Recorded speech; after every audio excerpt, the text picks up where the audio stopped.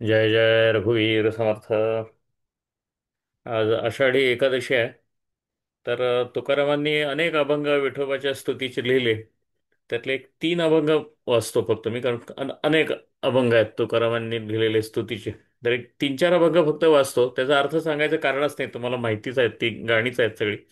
पण आज आषाढी असल्यामुळं विठोबाचं स्मरण म्हणून आपण तुकोबांचे ते अभंग वाचतो फक्त मी. आणि मग आपले नेहमीच निरूपणाचे एक अभंग एक दोन करू आणि मग आपण थांबू. हा. अगदी सुरुवातीचाच अभंग म्हणजे लताबाईंनी फार सुंदर श्रीनिवास काळेंनी चाल दिलेलं गाणं आहे. पण फार सुरेख हे केलेलं आहे. तुकोबांचे शब्द तुम्ही बघा फक्त. सुंदर ते ध्यान उभे विटेवरी, कर कटावरी ठेवून या. ते जे विठोबानं कर असे कटावर ठेवलेले आहेत ना, असे असे जे आहेत, तर त्याचा अर्थ अनेक पद्धतीने घेतला जातो संप्रदायामध्ये. एक म्हणजे एक म्हणजे असं की हा विठोबा आमचा जो आहे ना, तो विष्णूचा जरी रूप असला, कृष्ण असला तो, तरी त्याचं दोनच हात आहेत. त्याला विठोबाला चार हात नाही आहेत. आणि त्यामुळं हे जे दोन हात आहेत, त्यामध्ये एकामध्ये कमळाचं फूल आहे आणि दुसऱ्यामध्ये शंख आहे. तर ते शंख जे आहे ते ज्ञानाचं प्रतीक आहे असं समजलं जातं. आणि कमळ आहे हे भक्तीचं प्रतीक आहे असं असं असं समजतात. आणि मग उरलेल्या दोन हातांमध्ये गदा आणि चक्र असं असं असं असतं. विष्णूला चार हात आहेत ना, त्या चार हातामध्ये शंख, चक्र, गदा आणि कमळ, पद्म, असे ते चार हात असतात. तर बरोबर चक्र आणि गदा हे मिसिंग आहेत याच्यामध्ये, विठ्ठलाच्या रूपामधनं. याचं कारण असं आहे, हा लढाऊ अवतार नाही आहे. हा भक्तीसाठीचा अवतार आहे. हा योगी अवतार आहे. म्हणून ह्याची मुद्रा योग्याची मुद्रा असंच समजा, ही योग मुद्रेमध्येच तो उभा आहे पंढरपूरच्या विटेवर, असं वर्णन ज्ञानदेवांच्या पासून सगळे करत आलेले आहे. ती योग मुद्रा असल्यामुळं तुम्हाला असे अर्धोन्मिलित असे त्याचे डोळे दिसतील. तुम्ही असे नीट रोखून बघितलं तर डोळे मिटले तसं वाटतं सुरुवातीला. पण टक लावून बघितलं तर ते अर्धोन्मिलित आहेत. बरोबर असे अर्धे नासिकाग्राकडे तो विठोबा बघतोय, त्यांना असं योग मुद्रेमध्ये तो तो आहे. त्यामुळे हे जे असे दोन हात आहेत ते असे मॅन केलेले हात आहेत. आणि ते त्याचा संप्रदायातला अर्थ आहे तो मला फार आवडतो. वारकरी लोकांना जर तुम्ही विचारलं की विठोबा असा कर कटावरी म्हणजे काय, तर ते असं फार प्रेमानं सांगतात. विठोबा म्हणतोय की भवसागर एवढाच आहे, कमरे एवढाच डीप आहे, कमरे एवढाच खोल आहे. तुम्हाला असं वाटतं ह्यात आपण फसून जाऊ, बुडून जाऊ, मरून जाऊ. तसं नाही आहे. तुम्ही तराल फक्त. मी उभा आहे ना इथे, या तुम्ही माझ्यापर्यंत. असं नदीत तुम्ही जर पोहायला शिकला असाल, कोणी तुम्ही टँकमध्ये शिकला असाल, पण नदीत ते पोहतात, शिकतात, तर पहिला दिवस फार हे असतो, तो तो वस्ताद असतो शिकवणारा. तो असा अक्षरशः असा विठोबासारखा उभा राहतो. हे बघ, मी इथंपर्यंत, पाणी इथंपर्यंतच आहे, असं असं सांग. तर ते ज्यांनी बघितलंय त्यांना हे विठोबाचं असं असं असणं, आणि वारकऱ्यांनी असं म्हणणं की विठोबा आम्हाला सांगतोय की अरे भवसागराचं पाणी, माझं नाम घ्या, माझा हात धरा, माझ्यापर्यंत या तुम्ही. तर काही नाही आहे ते, ह्या कमरेच एवढंच खोल आहे ते, फार फार खोल नाही आहे. तुम्ही बुडून जाण्याची शक्यता नाही आहे. या फक्त मला बेसिसला धरा तुम्ही. माझा आधार धरा आणि तुम्ही संसार सागरामध्ये शिरा. आणि मग बघा, तुम्हाला हे पाणी कमरे एवढंच खोल आहे असा तुम्हाला अनुभव येईल. तुळशीहार गळा कासे पितांबर, आवडे निरंतर तेची रूप. आता हे जे रूप आहे ना, हेच तुकोबांना आवडतंय असं ते म्हणतात. मकर कुंडले तळपती श्रवणी, कानी मकर कुंडल आहे, कंठी कौस्तुभमणी विराजित. तुका म्हणे माझे हेची सर्व सुख. तुकोबांचं हे फार आहे. म्हणजे हे म्हणतं, हे ह्या दर्शनापलीकडे माझ्या सुखाची कल्पनाच नाही. तुम्ही वारकरी बघा, तुम्ही जे जात असतात त्यांना दुसरं काही असत नाही. त्यांना हे सुखाची कल्पना म्हणजेच हे विठोबाचं दर्शन आहे. आणि ज्याच्या पायापाशी डोकं ठेवता येतं, हात लावता येतो, असा हा कदाचित एकमेव मोठा देव असण्याची शक्यता आहे. बाकी देवाच्या एवढ्या जवळ तुम्हाला जाता येत, पण हा जनतेचाच देव आहे. हा त्याच्या पायापाशी जायला मिळतं, सगळ्यांनाच मिळतं. तुका म्हणे माझे हेची सर्व सुख, पाहीन श्रीमुख आवडीने. असा हा तुकोबांचं विठोबाचं गाणं आहे. आता आता ही विठोबाला असलेली प्रार्थना आहे. ती विठोबाची प्रतिमा पण त्यातच आहे.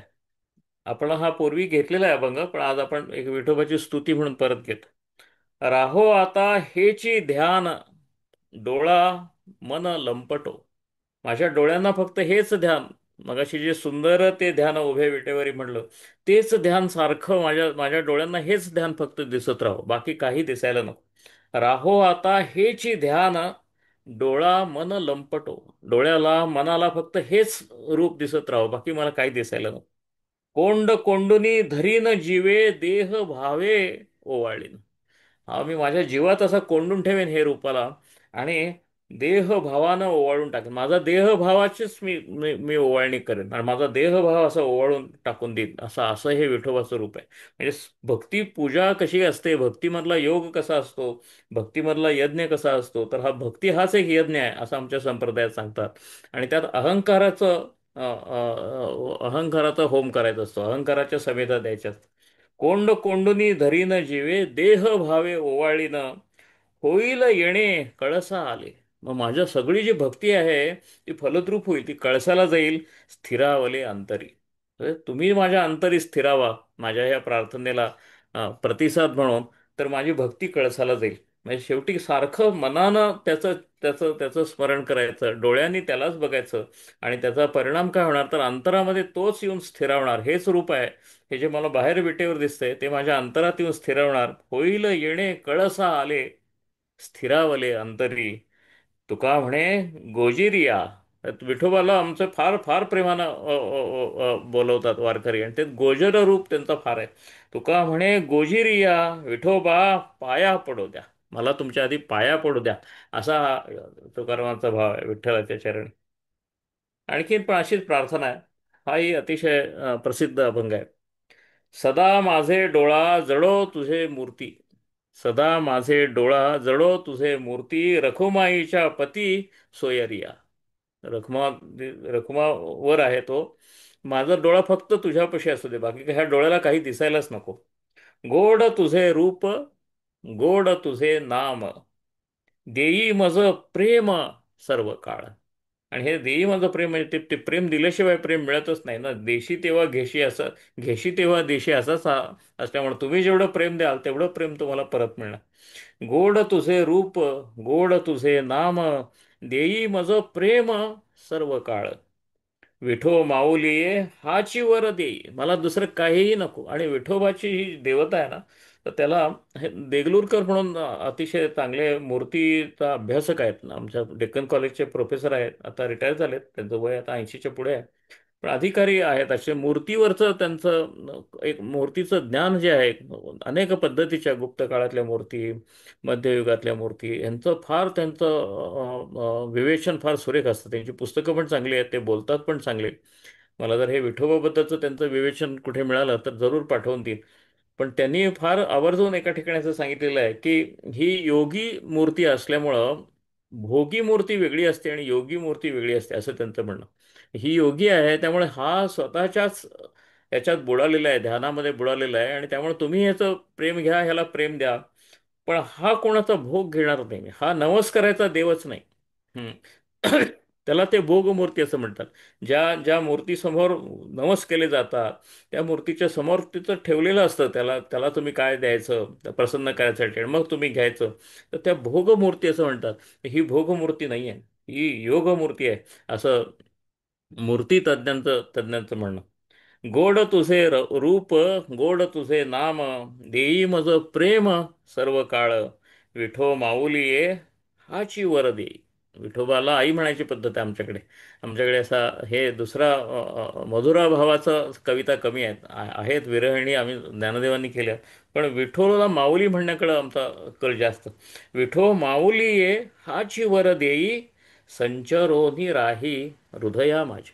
माझ्या हृदयामध्ये तू संचारून राहा, बाकी मला कुठलाही दुसरा वर नको. आणि हेच आहे आमचा नवस वगैरे, आम्हाला काहीही नको. संसार आमचा आम्ही बघून घेऊ, तो आमच्या प्रारब्धाचा भोग आहे, तो आमचा आम्हीच निस्तरू, आम्हाला त्यात तुझी मदत नको. हा अतिशय उत्क्रांत असा अध्यात्मातला विचार आहे की डे टू डे दैनंदिन जीवनातल्या ज्या काही हाणामाऱ्या आहेत त्या आमच्या आम्ही करू, प्रारब्धाचा भोग म्हणून त्याला आम्ही सामोरे जाऊ. आणि त्यात आम्हाला यश आलं नाही तर ठेविले अनंते तैशीची राहावे. आम्ही खूप प्रयत्न केल्यानंतरही तिथंच राहिलो तर ठेविले अनंते तैसेची राहावे. हे शेवटी देहाचं आणि मनाचं ठेवणं आहे, आम्ही त्याला महत्त्व देणार नाही. आमच्या लेखी महत्त्व कशाला आहे, तर तू आमच्या अंतरात आला पाहिजेस आणि तुझं प्रेम मिळालं पाहिजे. हीच एवढी आयुष्यामधली कमावणूक आहे, बाकी काहीही नाही. विठो माऊली हाची वर देई, संचरोनी राही हृदया माझी. तुका म्हणे काही न मागे आणिक. हे केवढं परत एकदा सांगितलं समजून. दुसरं मी काही मागतच नाही. तुका म्हणे काही न मागे आणिक तुझे पायी सुख सर्व आहे. तुझ्या पायापाशी सगळं सुख आहे, मला तुझे पाय सोडून बाकी काहीही नको. असा हा भाव विठ्ठलाच्या प्रती, असा भाव घेऊन ते वारकरी तिथे गेलेत. आणि आज विठोबाचं अगदी कळसाचं दर्शन सुद्धा घेऊन परत येतात बरेचसे वारकरी, रांगेत उभाच राहत नाहीत. कारण तो विठ्ठल जर हृदयातच संचरत असेल तर त्याच्या पायाच्या प्रत्यक्ष स्पर्शासाठी 15-15 तास रांगेत उभं राहायचं काही वारकऱ्याला कारण नाही. त्यामुळे लाखो वारकरी फक्त कळसाचं दर्शन घेतात आणि मग परत येतात. कारण तो विठोबा तुझे पायी सर्व सुख सुख सर्व आहे, संचरोधी राही हृदय माझे, हे आहे. आणखीन एक वाचन आपण तुकारामांचा विठोबा स्तुतीचा एक अभंग प्रतिमेचा वाचूया आणि मग आपला नेहमीचा हा प्रवासाकडे येऊया. समचरण दृष्टी विटेवरी साजिरी, तेथे माझी हरी वृत्ती राहो. बस दुसरं काय नाही, परत सारखं तोच धाबा आहे, फक्त माझी वृत्ती इकडं तिकडं जायला नको. आज मी मनावरचा एक अभंग घेणार आहे तुकारामांचा. त्यात माझी मनाची वृत्ती इकडं तिकडं जायला नको, असं त्यांनी तिथं पण तीच प्रार्थना केली.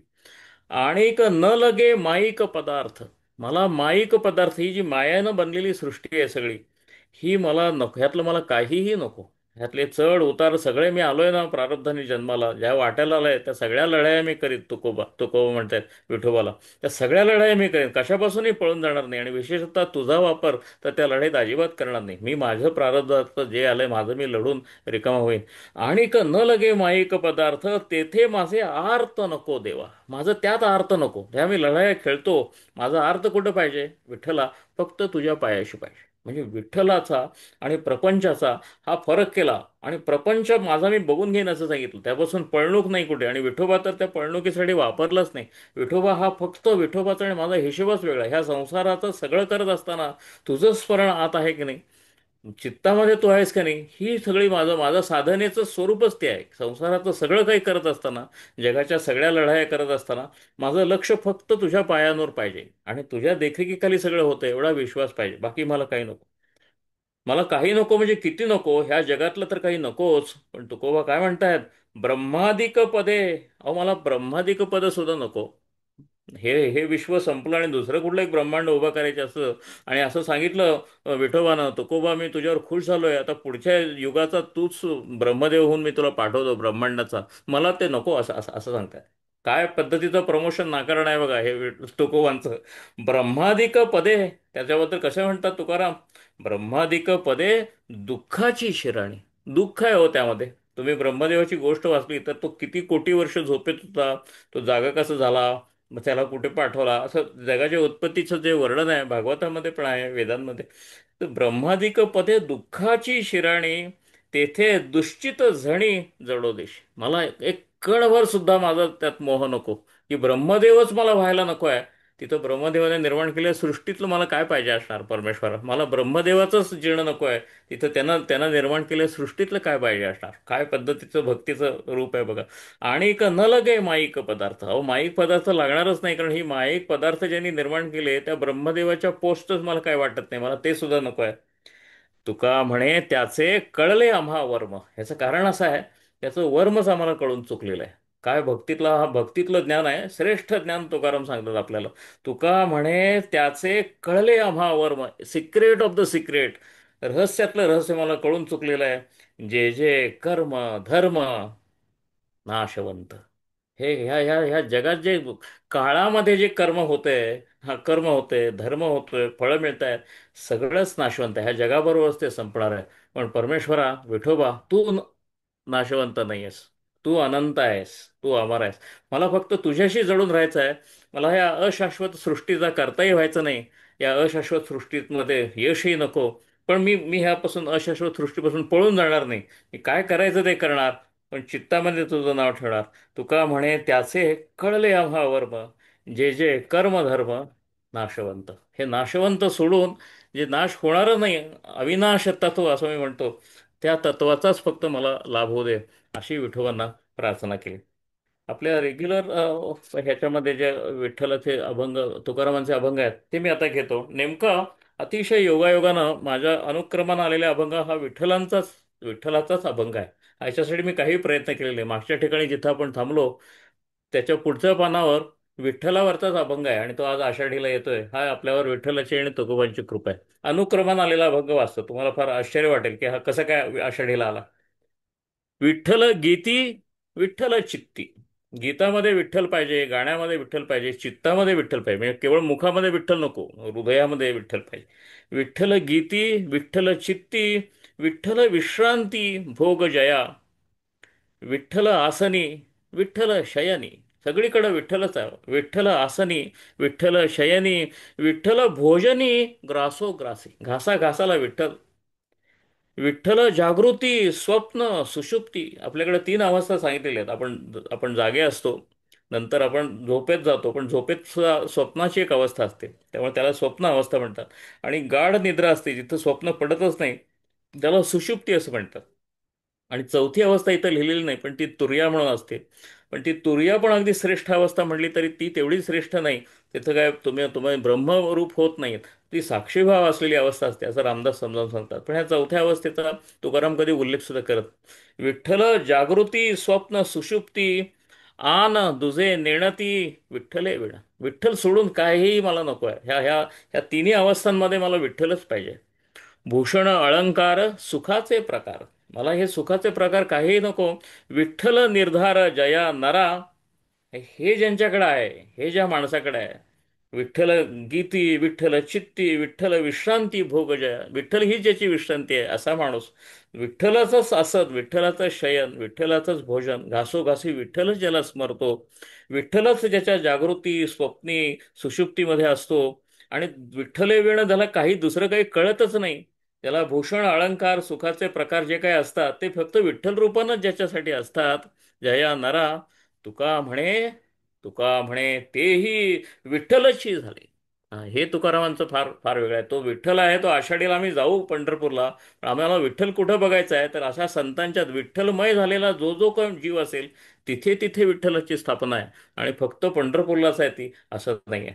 तुका म्हणे तेही विठ्ठलची झाले, संकल्प मुराले दुजेपणे. ज्यांच्यामध्ये संकल्प दुसरा नाहीच उरली, दुसरी इच्छाच उरली नाही, फक्त विठ्ठलाचीच इच्छा उरलेली आहे, ते लोक विठ्ठलच झालेले आहेत. तुम्ही फक्त विठ्ठलाची इच्छा धरा आणि मग तुम्ही विठ्ठलच व्हाल असं आश्वासन परत तुकारामाने दिले. आणखीन एक दोन अभंग वाचूया आपण आणि मग थांबूया. आता हा मनावरचा अभंग, हा फार श्रेष्ठ अभंगांमधला आहे तुकारामांच्या. ह्यामध्ये श्रेष्ठ ज्ञान आहे. मनाशी संवाद आमच्या नामदेवांनी केलेला आहे. मनाशी संवाद रामदासांचे तर मनाचे श्लोकच प्रसिद्ध आहेत. अ, पण मनाचे श्लोक म्हणता आले नाही, तर मनाचे अभंग आमच्या तुकारामांचे आहेत, नामदेवांचे आहेत. प्रत्येकानं वेगळ्या वेगळ्या प्रकारानं मनाशी बोललेलं आहे आणि मनाबद्दल बोललेलं आहे. हा एक वेगळा अभ्यास करायचा विषय आहे. हा इंडियन सायकोलॉजी मानसशास्त्राचा विषय. तुकाराम ह्या अभंगामध्ये काय मनाची ताकद आहे ते सांगतात. गती, अधोगती. तुम्हाला असं वाटतंय आपली प्रगती झाली, आपण मागं आलो, अगदी अध्यात्मात सुद्धा पुढे झालो, मी मुक्तच झालो असं काही जणांना वाटतंय. काही जणांना असं वाटतं मी बद्धच आहे अजूनही, म्हणून तो रडत बसतो. गती, अधोगती. तुकाराम काय सांगतात बघा, मनाची युक्ती. काही नाही हो, हे मनाला होत असलेले भास आहेत फक्त. तुम्ही पुढे गेला, मागे राहिला, वर गेला, खाली आला, हे सगळे मनाचे खेळ आहेत असं तुकाराम सांगतात. फार मोठं ज्ञान सांगतात तुकाराम. गती, अधोगती, मनाची युक्ती, मन लावी एकांती साधू संगे. तुम्ही त्या मनाच्या चंचलपणाचा काहीही मान बाळगू नका आणि मन सगळं आहे ना, साधू संगे लावा. तुकाराम फार जबाबदारीने सांगतायत, मन विठ्ठलाला लावा असं म्हणत नाहीत, कारण त्यांना मनाचं चंचलता माहिती आहे. ते म्हणतात साधूच्या संघात लावा मग, की बरोबर ते साधू तुम्हाला विठ्ठलाकडे घेऊनच जातील. संतांचं महत्त्व विठ्ठलापेक्षा मोठं आहे. आमच्या वारीच्या दिंडीमध्ये, दिंडीच्या आत ज्या आमच्या पालखीच्या आत प्रतिमा असतात ना, त्या विठ्ठलाच्या असत नाहीत, त्या तिथल्या तिथल्या संतांच्या असतात. म्हणून त्या पालख्या, ज्ञानोबारायांची पालखी, तुकोबारायांची पालखी, निळोबारायांची पालखी, गजानन महाराजांची पालखी, साईबाबांची पालखी, अशा पालख्या येतात पंढरपूरला. पंढरपूरला आम्ही देवाच्या प्रतिमा घेत नाही, आम्ही संतांच्याच प्रतिमा घेऊन जातो, कारण संत हेच आमचे देव आहेत खरं सांगायचं तर. गती, अधोगती, मनाची युक्ती, मन लावी एकांती साधू संगे, जतन करा, जतन करा. काय तुकाराम आळवतात बघा आपल्याला. ते म्हणतात मन जतन करा, मनाला लावा नीट फक्त. जतन करा, जतन करा, धावते सैरा ओढाळते. हे पळायची फार पद्धत आहे या मनाकडे. ते ओढाळ आहे, बरोबर विषयांकडे जाईल. तुम्ही फक्त ते साधू संगतीला लावा, ते एकांतात बसा आणि साधू संगतीला लावा. कारण सगळा काही प्रकार आहे तो मनाचाच आहे. It is just mind made. गती अधोगती मनाची युक्ती. मान अपमान, तुकारामांनी किती अपमान सहन केलेत, मार खाल्लाय हो मंबाजीकडनं. मान अपमान तुकाराम सांगता, काही नाही, तुम्हाला जे वाटतंय ते खरंच असत नाही. मान अपमान मनाचे लक्षण. तुम्हाला जो तुमचा मान होतोय असं वाटतंय आणि अपमान होतोय असं वाटतंय, हे सगळ्या मनाचे खेळ आहेत. तुम्ही त्यात एकदा अडकला की तुम्ही प्रपंचात अडकला, तुम्ही प्रकृतीत अडकला, तुम्ही मायेत अडकला, तुम्ही ब्रह्मदेवानं केलेल्या विश्वात अडकला, तुम्ही विठोबाकडे गेला नाही. तुम्ही फक्त हे बाहेरचं आहे तुमच्या सगळं समजून चाला. म्हणजे मन आणि शरीर असा वेगळा भाग करण्याचं व्यसन लोकांना अगदी अलीकडे कळायला लागलं. त्याच्या पुढे जाऊन आमच्या तुकारामांनी आणि आमच्या अध्यात्मानं सांगितलं की मन पण जडच आहे. मन हे शरीराचाच एक भाग समजा आणि तेही बाजूला ठेवा. मनाच्या पलीकडे असलेली जी जागृती आहे, कॉन्शियसनेस आहे, ते म्हणजे तुम्ही आहात. असा असा असा असा असा ज्ञान आम्हाला ज्ञानदेवांपासून सगळ्यांनी दिलेलं आहे की मनाच्या पलीकडचं काहीतरी आहे. ते मन हा त्याच्यापेक्षा खालची अवस्था आहे. मान अपमान मनाचे लक्षण. ते मनाचं लक्षण आहे. लाविलिया ध्यान तेची करी. हे ह्या ह्या मनावर सुद्धा कंट्रोल ठेवणार एक वरचं मन आहे. त्या मनाचा शोध आपण घेतला पाहिजे. लाविलिया ध्यान तेची करी. हे मन ओढाळच आहे. पण ह्या मनाला जर ध्यानाची आवड लावली तर लाविलिया ध्यान तेची करी. तुम्ही त्याला फक्त वळण लावा. तुका म्हणे मन, अहो हे मनाची काय ताकद आहे. तुकारामाने सांगितले, तुका म्हणे मन उतरी भवसिंधू. अहो हा सगळा भवसिंधू आहे ना, हा या मनाच्या साय. तुम्ही फक्त मनावर स्वार व्हा, मन तुमच्यावर स्वार नाही व्हायला पाहिजे. तुका म्हणे मन उतरी भवसिंधू, मन करी बंधू, म्हणजे बंधन 84चं. हे मन तुम्हाला 84 लक्ष योनीमधनं फिरवून आणतं. हेच मन तुम्ही जर नीट वापरलं, साधू संगती लावलं, तर हेच मन तुम्हाला सगळ्यातून भवसिंधूच्या ह्यातनं बाजूला पार पार घेऊन जातं. अशी मनाची महती गायलेली आहे तुकारामांनी. आता एक विठोबांचा आपण अभंग, विठोबावरचा अभंग बघूया आणि थांबूया. आषाढीला परत येऊया आणि थांबूया. आणि हाही अभंग मी वेगळा निवडलेला नाही, हा अनुक्रमानच आलेला आहे म्हणून घ्यावा असं वाटलं. द्वारकेचे केणे आले याची ठाया. हा अगदी तुकारामांची फार आवडती प्रतिमा आहे. केणे म्हणजे माल. केणे म्हणजे माल म्हणजे विक्रीला आलेला माल असतो ना, त्याला केणे असं म्हणतात. द्वारकेचे केणे, अहो द्वारकेवरनं माल आलाय इथं पंढरपूरला. द्वारकेचे केणे आले याची ठाया, पंढरपूरला आलाय. पुढे भक्तराया चोजवित. भक्तराया म्हणजे आमचा पुंडलिक. पुंडलिकाला पुढं घालून माल आलाय द्वारकेवरनं. गोविले विसारे माप केले खरे. आणि हे आता माप केले खरे न पाहे माघारे अद्यापवरी. अहो 28 युग झाली हा माल इथंच आहे, सडत नाही हा माल, नाशवंत नाहीच आहे हा माल.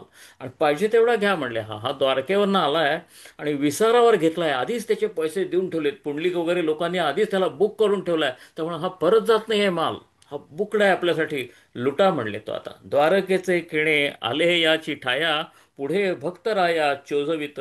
गोविले विसारे गुंतून ठेवलाय त्याला, माप केले खरे न पाहे माघारे अद्यापवरी. वैष्णव मापारी नाही झाली सळे. अहो वैष्णव आहेत ना, ते माल मोजायलाच ठेवले तिथे. किती त्यांच्या पिढ्या गेल्या तरी हा माल मोजूनच पुराच होत नाहीये असं सांगतात तुकाराम. काय कौतुक आहे विठोबाच्या अनंतपणाचं. एका व्यापाऱ्यानं वैश्यानं केलेलं कौतुक आहे. वैष्णव मापारी नाही झाली सळे, पुढेही न कळे पार त्याचा. किती माल आहे कोणास ठाऊक. सगळे संत मोजत आलेत, अजूनही मोजूनच संपला नाही एवढा हा माल आहे. लुटा म्हणतात ते आपल्याला. लाभ झाला त्यांनी धरिला तो विचार. ज्यांनी ज्यांनी हा हा हा लुटला ना माल, त्यांचं कल्याण झालं. त्यांनी धरिला तो विचार, आहिक्य परत्र साठविले. त्यांनी ऐहिकातही मिळवलं आणि परत्र परलोकातही मिळवलं. ज्यांनी हा विठोबाचा माल लुटला, द्वारकेवरनं आलेला आहे हा माल, हा ज्यांनी लुटला त्यांचं कल्याण झालं. तुका म्हणे. आणि मग तुकाराम काय म्हणतात बघा बरं. फार अगदी हृदयाला स्पर्शून जाते अशी ओळ आहे. हे सगळं वैभव सांगताना तुकाराम म्हणतात, तुका म्हणे मज मिळाली मजुरी. हा माल आणायचा. कारण एका दुसऱ्या अभंगात त्यांनी म्हणले, फोडिले भांडार धन्याचा हा माल, मी तो हमाल भारव आहे. त्याची आठवण येतं. मी हा माल तुमच्यापर्यंत आणून द्यायला लागलोय, मला मजुरी मिळाली आहे, माझं माझं सगळं कल्याण झालेलं आहे. तुका म्हणे मज मिळाली मजुरी विश्वास या घरी संतांची या संतांचा विश्वास माझ्यावर निर्माण झाला, हीच माझी मजुरी, बाकी मला काहीही नको, असं तुकारामांनी विठोबाचं, संतांचं, भक्तीचं आणि स्वतःचं पण कौतुक सांगितलेलं आहे. तर आपण तुकारामांना नमस्कार करूया, विठोबाला करूया. जय जय रघुवीर समर्थ. जय जय राम कृष्ण हरी.